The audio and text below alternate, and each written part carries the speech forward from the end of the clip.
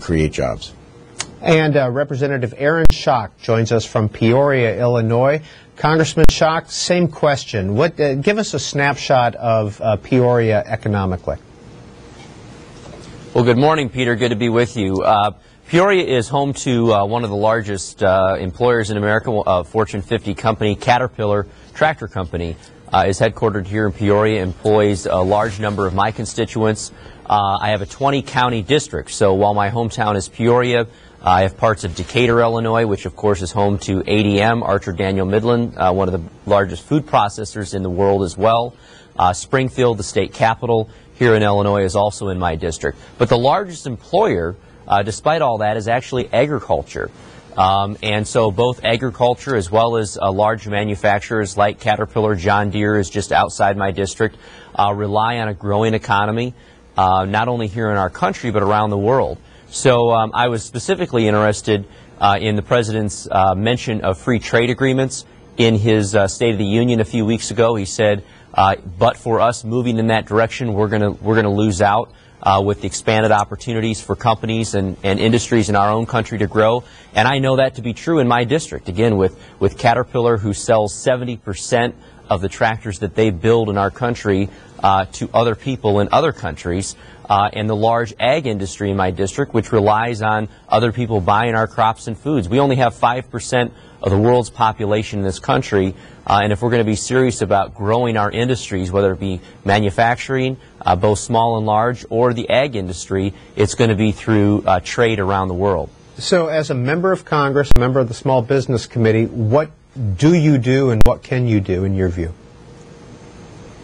Well, I was pleased to hear Representative Maffei, a good friend of mine, mention that he didn't think government could create jobs, and I agree with him. The important part is that the Obama administration this year has spent a lot of money and a lot of political capital, spending a lot of future generations' money trying to create jobs. And the reality is that it's not going to be government spending that creates jobs. It's going to be creating an environment where entrepreneurialism, risk-taking, and investment is rewarded.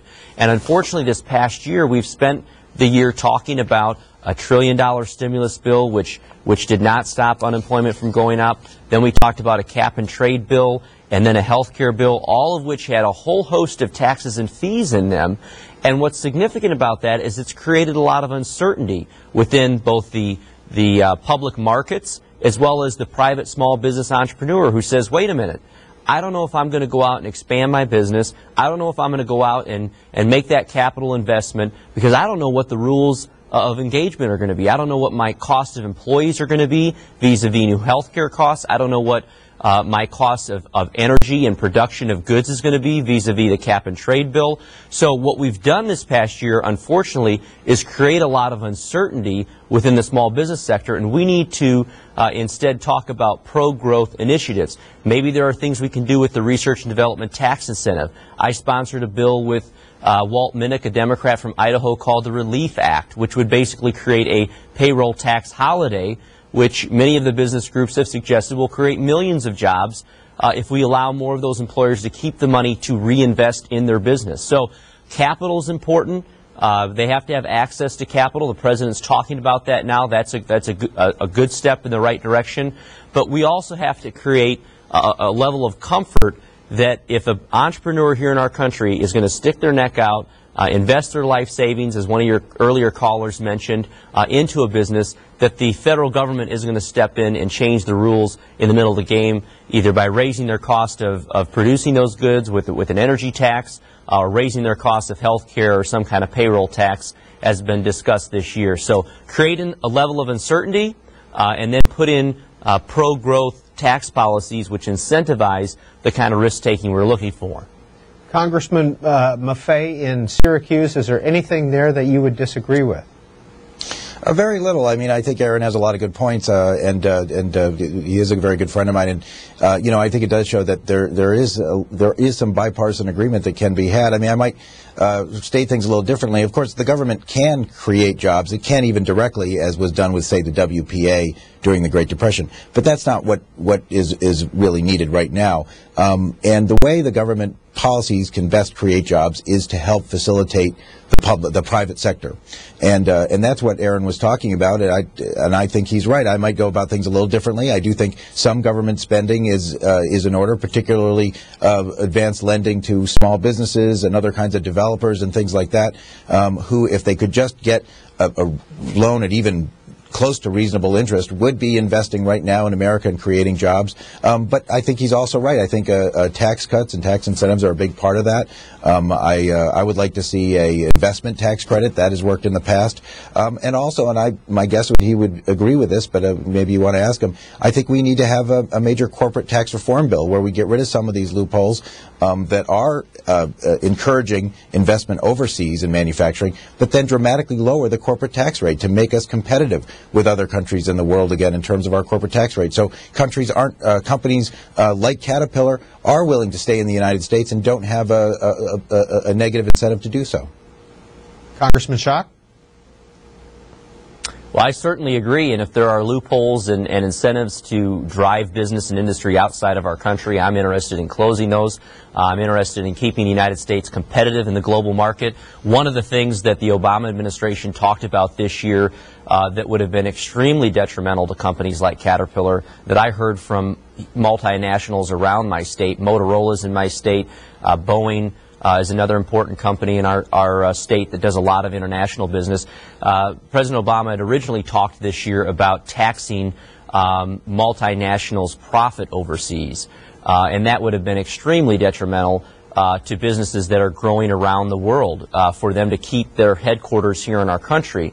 And obviously a company like Caterpillar, which does 70% of their business outside of our country, we don't want to incentivize them to be headquartered outside of our country. So we have to be careful that we're not incentivizing bad behavior, but we're incentivizing what we want more of, and more importantly, that we are remaining competitive in the global market. And I know Dan agrees with me on that. And, you know, when we talk about tax policy, we have one of the highest corporate tax rates in the industrialized world. And yet we scratch our heads and say, well, gee, why are companies moving to China? Why are companies moving to India and Russia? And we have to be mindful that while we are the greatest power, the greatest country in the world, in order to remain on top, we have to remain competitive. Well, for those of you watching, this is your chance to talk to two members of Congress about jobs and the economy and what you think the Congress can do about that. 202 is the area code for all of our numbers if you want to call in.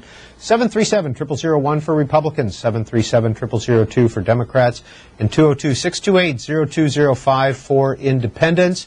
Representative Aaron Schock is joining us from Peoria. He's a member of the Small Business and Oversight Government Reform Committees. And Congressman Dan Maffei is joining us from Syracuse, New York. He's a member of the financial services industry and worked for a long time at the House Ways and Means Committee as a staffer. So go ahead. Peter, I'm a member of the Financial Services Committee, although I did work briefly in the industry. Right, that's what I meant. Yes, he's a member of the Financial Services Committee as well as the Judiciary Committee, but worked as a staffer for the House Ways and Means Committee. He is serving in your first term, correct? Yes, yes. Though Aaron sometimes makes me feel like I'm old and senior because he's the youngest member of Congress. Well, gentlemen, you've both been talking about what good friends you are, and is there a spirit of bipartisanship that perhaps the media and other folks outside are missing up on Capitol Hill? Well, Peter, I think that certainly on a lot of the media is going to not cover all the trains that arrive safely to their stations on time. They're going to cover the train wrecks. And so the issues that create the most controversy among the parties are going to get the most coverage. But I do think there are a lot of issues right now that we're working on. I'll give you one example. When the auto companies started to receive bailout funds and they declared bankruptcy, both Chrysler and GM at various times, the dealer agreements all across the country suddenly were thrown out. And it really took a bipartisan coalition. I worked very closely with Steve LaTourette and other Democrats and Republicans to try to restore some of those rights of these small town dealers that are mostly family-owned businesses, that contribute to Rotaries, contribute to Little Leagues, and that sort of thing. And we did that in a bipartisan way, worked with the administration to get to something that everybody could kind of agree with was going to restore some of the rights, and with the auto companies themselves. So, it just didn't get as much play as some of the more controversial issues. So there is some bipartisanship. Aaron and I, of course, went to Afghanistan together. We rode in the cockpit of a C-130 transport plane together over the mountains of Afghanistan. So, you get to know somebody more as a person when you experience those kind of things together. Congressman Schock, same question. Yeah. Peter, I would agree. Look, Dan Maffei is a great guy. We've got a fantastic group of freshmen, 50 of us on Republicans and Democrats on both sides, that have events nearly every month together. We get together to socialize because we know that part and parcel to getting anything done is to know someone one-on-one as a human being, know what issues make them tick, so we can work together on areas of agreement. Unfortunately, though, I think this year has been extremely partisan because I think, with all due respect, the majority who holds the gavel really has to be the one that wants to come to the table and engage the other side. And I think for the first year, despite all the talk about wanting people on both sides to come together, wanting ideas from both sides, the reality is, on issues like the stimulus bill, there was no time for Republican input. In fact, the president came to my hometown of Peoria to stump for the stimulus bill the day before the vote, and he asked for my vote as well as all the Republicans' votes, but he didn't really have the time to get our input in terms of massaging that bill to bring it more to the center where the American people were. So there were no Republican votes on the stimulus bill. Same thing with cap and trade, same thing with health care. It was kind of a my way or the highway mentality. And with all due respect, Speaker Pelosi has not done a good job of bringing in Leader Boehner and Leader Cantor on our side and saying, okay, we understand we're not going to get 50-50 here, but maybe it's going to be 60-40 or 70-30, and we're willing to give and take a little bit on our bills. Now you see after the elections in Virginia and New Jersey, you see after the Scott Brown election in Massachusetts, things have kind of changed in Washington. The Senate health care bill, for all intents and purposes, is dead now. The president now has talked about the need to have a new summit to talk about health care and include Republicans. I think that's a good sign. He came to our retreat a week ago and engaged us for the first time in nearly a year. That's a good sign. So we're starting to see some good signs of truly bipartisanship from the standpoint that we're talking, and he's starting to hear our ideas and recognize that we're not the party of no, but actually all year long we've been throwing out proposals and ideas to him. But it really takes the majority and that person with the gavel to want to engage the other side to incorporate ideas to get bipartisanship. But on the lower levels, the new guys and gals like Dan and I, we work very well together. It's in our best interest, quite frankly, to work well together. Our constituents want us to get things done. Once the election's over, they expect us to work together. And I think a vast majority of us that serve in Congress, despite our leaders who tend to be more partisan, really want to work on common sense, bipartisan solutions that are in the middle of the road where most of the American people are. Well, let's take some calls for our two congressmen in Syracuse and Peoria. First up is Chris, a Republican in Houston. Please go ahead. Thank you for taking my call, C-SPAN. Congressman, I have two questions, but I'll be quick and to the point. My first question deals with systemic risk in the financial markets.